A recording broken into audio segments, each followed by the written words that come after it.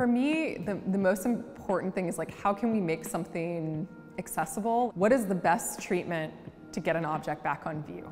Conservation understands that there's history to the object, and that history is an important part of the piece. So we may do aesthetic treatments to an extent to maintain the artistic intent of the piece, but we would never bring it back to its pristine condition because we want to maintain that history.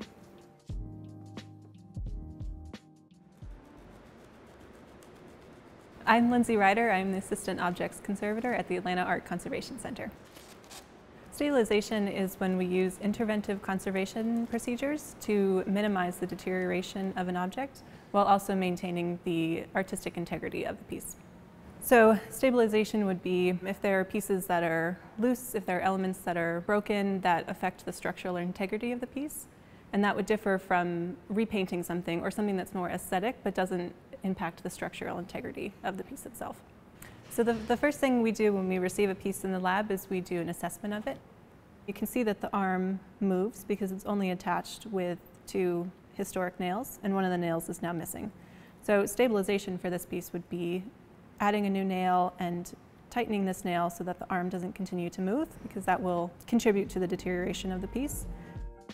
There are several goals of treatments, and we establish these goals through discussions with the curators as well as our own examination of the piece and the areas that need to be treated. So a few years ago, someone inserted a dowel. Curators can be a resource to conservators, not only in identifying objects that are priorities for treatment, but we're supposed to be this kind of like receptacle of information, you know, about the artists, or if you can't have contact with the artists themselves, we have contacts with the estates or with people who knew them. We can help conservators identify possible avenues for inquiry, like if there's a similar work, for instance, then we can go look at that work and think about like, how is this managed or how is this stabilized?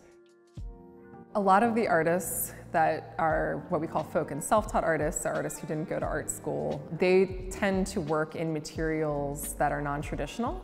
Many of them combine media in ways that are unusual, and also many of them use objects that have had previous use. They recycle material into their artwork.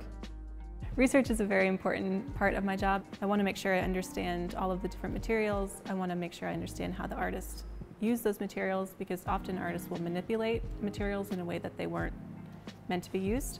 As an example, through my research into Thornton Dial, he would often manipulate the splash zone compound, which was the 2-part epoxy resin that he would use, and he would purposely push it past its working time. He loved it as this kind of putty that he could use as a sculptural material, so he often made faces and animal bodies like out of splash zone. But he also used it as a kind of alternative to nails to fix objects to backings. So that's where it becomes an issue, is that it's when it has to carry weight, especially, it becomes really brittle and cracked over time. So I need to understand that, and I need to perform my own aging tests of my own splash zone compound to understand how his pieces will deteriorate over time.